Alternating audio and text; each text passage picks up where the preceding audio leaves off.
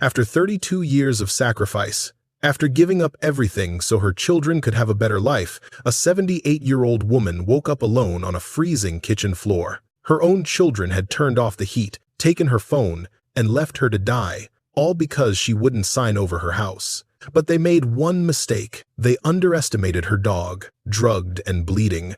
That golden retriever barked for 6 hours straight until a stranger finally stopped to listen. Carol Ellis spent 32 years as a nurse at Mercy General Hospital in Ridgewood, Ohio. 32 years of 12-hour shifts, of missing school plays and soccer games, of coming home with aching feet and going to bed with an alarm set for 4 in the morning. She met Richard Ellis in 1967 at a church picnic. He was 22, fresh out of the army, working at his uncle's hardware store while he figured out what to do with his life. Carol was 21, just finishing her nursing degree, already knowing exactly what she wanted. They married in the spring of 1968. Their first child, David, came in 1970. Patricia followed in 1973. And Michael, the youngest, arrived in 1977. By then, Richard had taken over his uncle's hardware store, and they'd saved enough for a down payment on a house. A modest 3-bedroom on Maple Street with a backyard big enough for a swing set and a vegetable garden.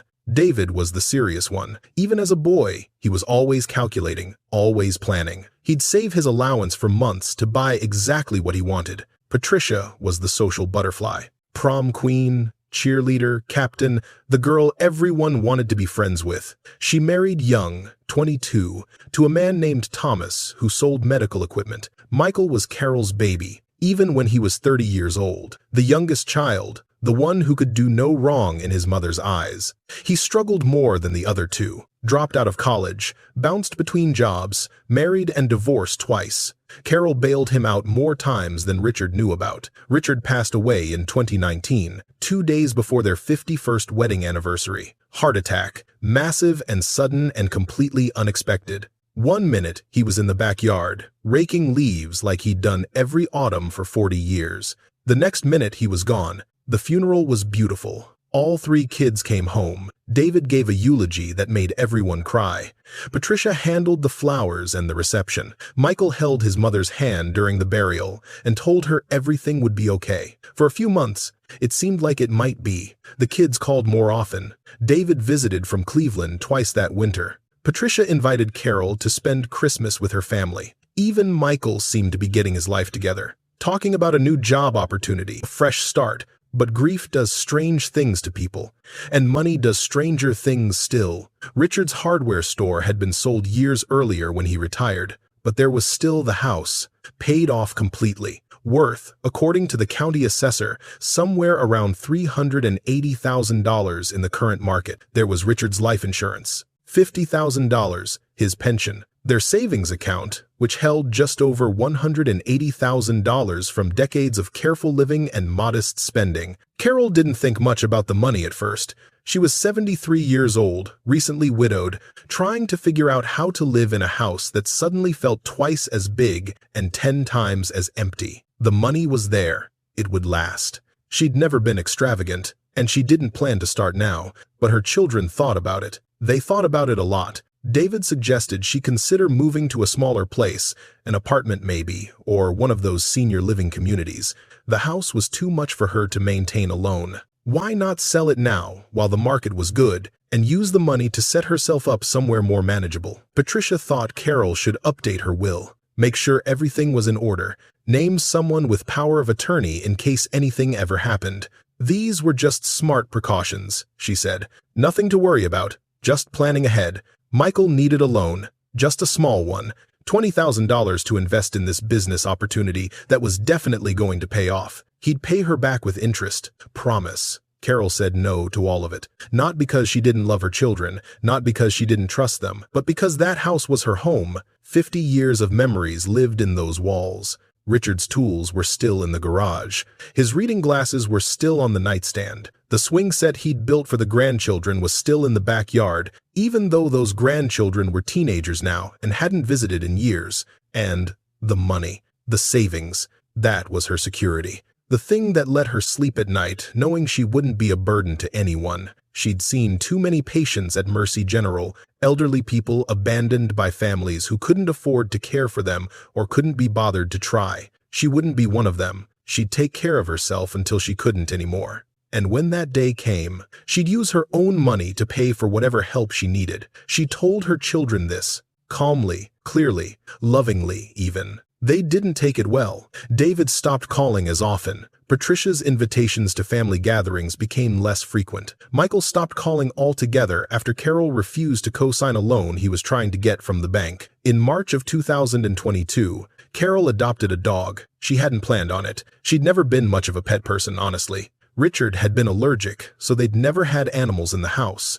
But she was lonely. The house was quiet, and when she saw the notice at the grocery store about a golden retriever who needed a home, something made her write down the number. His name was Bo. He was 5 years old, surrendered by a family who was moving overseas and couldn't take him. The rescue organization said he was gentle, well-trained, and good with seniors. They said he'd been depressed since losing his family, barely eating, sleeping all day. When Carol met him, Bo lifted his head and looked at her with the saddest eyes she'd ever seen. She knew that look. She'd seen it in the mirror for 3 years. She took him home that same day. For the first time since Richard died, Carol wasn't alone. She had someone who needed her, someone who was happy just to be near her, someone whose love wasn't complicated by money or inheritance or old resentments. David visited that summer and made a comment about the dog being an unnecessary expense.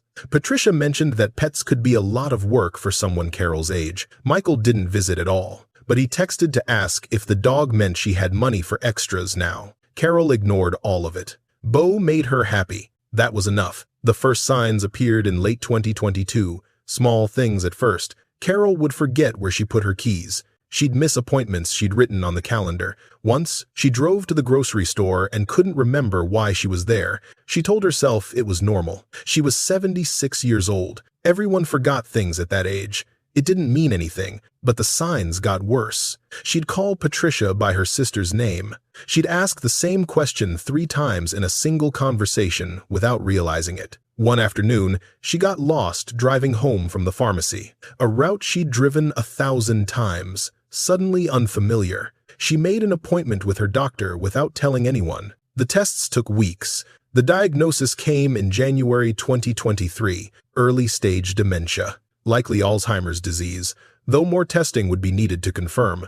Manageable for now. Medication could slow the progression. She might have years before it significantly impacted her daily life. She made an appointment with her doctor without telling anyone. The tests took weeks. The diagnosis came in January 2023, early-stage dementia, likely Alzheimer's disease, though more testing would be needed to confirm. Manageable for now. Medication could slow the progression. She might have years before it significantly impacted her daily life. Carol sat in that doctor's office, staring at the wall, thinking about Richard, about their wedding day, about the house on Maple Street and the children she'd raised there, about all the memories that were already starting to blur at the edges, becoming harder to hold on to. She cried the whole drive home.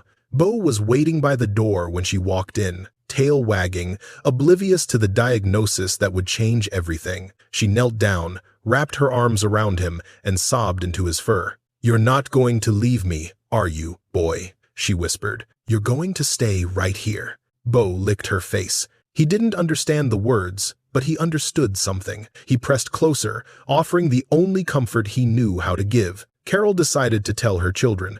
They needed to know. They needed to understand that their mother might need help someday, might need them to step up the way she'd stepped up for them so many times. She called David first. He listened without interrupting, asked a few clinical questions about the diagnosis and prognosis, and then said something that made Carol's blood run cold. "Mom, we need to talk about your affairs. If your cognition is going to decline, you should probably transfer control of your finances now, while you're still legally competent to do so. Not 'I'm sorry', not 'what can I do to help', not 'I love you'. We need to talk about your affairs." Patricia's response was similar. "Have you thought more about selling?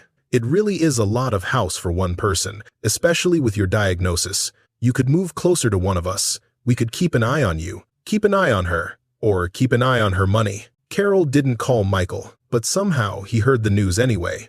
2 days later, he texted her. "Heard about your diagnosis. Really sorry, Mom. Have you thought about setting up a trust? I know a guy who could help. We should protect your assets from the government." Carol didn't respond to the text. She put down her phone, looked at Bo, and made a decision. She would not sign over power of attorney. She would not sell her house. She would not give any of her children control of her finances. Not now, not ever, unless she was truly incapable of managing them herself. And she would document everything, every conversation, every request, every subtle and not so subtle pressure tactic, because she'd been a nurse for 32 years, and she knew how these stories ended. She knew that people with dementia were vulnerable, that families sometimes did terrible things when money was involved. She didn't want to believe her children were capable of that, but she'd stopped believing in fairy tales a long time ago. The weekend of November 17th, 2023, started with a phone call that surprised Carol. It was David. He hadn't called in nearly 2 months, not since their last conversation had ended with him lecturing her about financial responsibility and her hanging up mid-sentence. But here he was, voice warm and apologetic, saying he wanted to visit. "I've been thinking a lot, Mom, about how I handled things.